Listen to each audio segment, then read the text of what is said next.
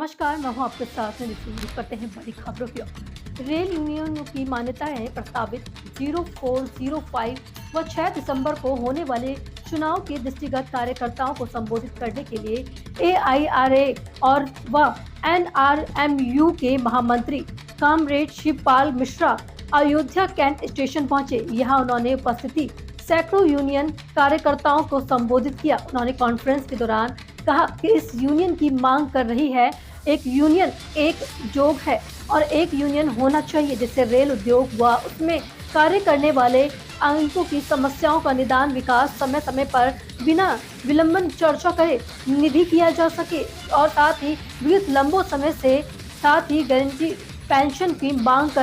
पर सरकारी कर्मचारियों को आंदोलित रहे। 24 अगस्त से और 2024 को माननीय प्रधानमंत्री व जेपी और साथ ही जेसीएम स्टाफ साइड के माध्यम से संपन्न चर्चा हुई। इसके उपरांत यूनाइटेड पेंशन स्कीम की घोषणा और रेल कर्मचारी समेत समस्त सरकारी कर्मचारियों में पुरानी पेंशन स्कीम की तर्ज पर अंतिम वेतन 50% को पेंशन, 60% पारिवारिक पेंशन, न्यूनतम 10,000 प्रति माह पेंशन की गारंटी की घोषणा से उन्हें सामाजिक व आर्थिक सुरक्षा की गारंटी प्राप्त हुई है। उन्होंने कहा है कि यूनियन की ये जो है रेलवे कर्मचारियों की उम्मीद टिकी है रहती है, अतः हमें रेल कर्मचारियों की मांगों को हल करवाने व एक सशक्त यूनियन का निर्माण करना होगा, जिसके लिए आगामी चुनाव में रेल कर्मचारियों का रेलवे में से यूनियन के पक्ष में मतदान के लिए तैयार करना जो है वो हमारे नॉर्दर्न रेलवे यूनियन की फैजाबाद शाखा ने यहाँ एक कार्यकर्ता संवाद रखा था, जिसमें मेरे साथ मैं शिव गोपाल मिश्रा हूँ, ऑल इंडिया रेलवे फेडरेशन और नॉर्दर्न रेलवे यूनियन का महामंत्री हूँ। मेरे साथ हमारे नॉर्दर्न रेलवे यूनियन के लखनऊ मंडल के मंडल मंत्री साथी आर के पांडे, मंडल अध्यक्ष विभूति मिश्रा,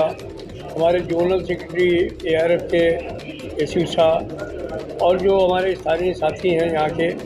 फैजाबाद के साथी अश्विनी तिवारी, हीरा लाल, तो ये सब लोगों ने उसमें भागीदारी की। इसे कार्यकर्ता संवाद का तो मुख्य अर्थ था वो ये है कि 4, 5 और 6 दिसंबर को हमारे यूनियन की मान्यता के चुनाव हों। तो हम लोगों ने अपने कार्यकर्ताओं से बात करने का काम किया है, उनको ये बात बताने का काम किया है कि इन 100 सालों में जो हमारे ऑर्गेनाइजेशन ने क्या किया और 2013 से लेकर के जो लास्ट चुनाव हुए थे अभी तक 11 सालों में हम लोगों ने क्या करने का काम किया। तो ये सारी चीज़ें हम लोगों ने लोगों को बताई हैं। पास मिला है उनको जो है वो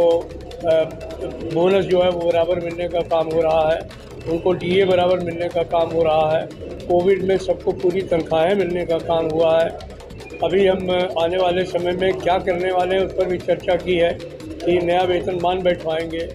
वेतन आयोग बैठवाएंगे, नया वेतन और उनके भत्तों में बढ़ोतरी होगी, उससे आने वाले समय में उनके काम के घंटों में कटौती कराएंगे,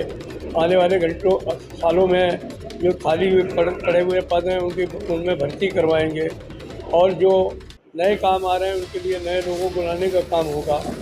ये जो तमाम साथी हैं उनको तमाम जो हार्डवर्क ड्यूटी करनी पड़ रही हैं, रिस्क और हार्ड ड्यूटी अलाउंस उनको दिलवाने का काम करेंगे। पॉइंट्समैन को भी 4 ग्रेड का स्ट्रक्चर दिलवाएंगे। हमारे तमाम ट्रैकमैन और दूसरे साथी पढ़े लिखे हैं उनके लिए एलडीसी ओपन करवाएंगे। जो मकान हमारे जर्जर अवस्था में हैं उनकी जगह पर नए टावर्स बनवा करके उनको रहने की व्यवस्था कराएंगे। तो ये तमाम चीज़ें हैं और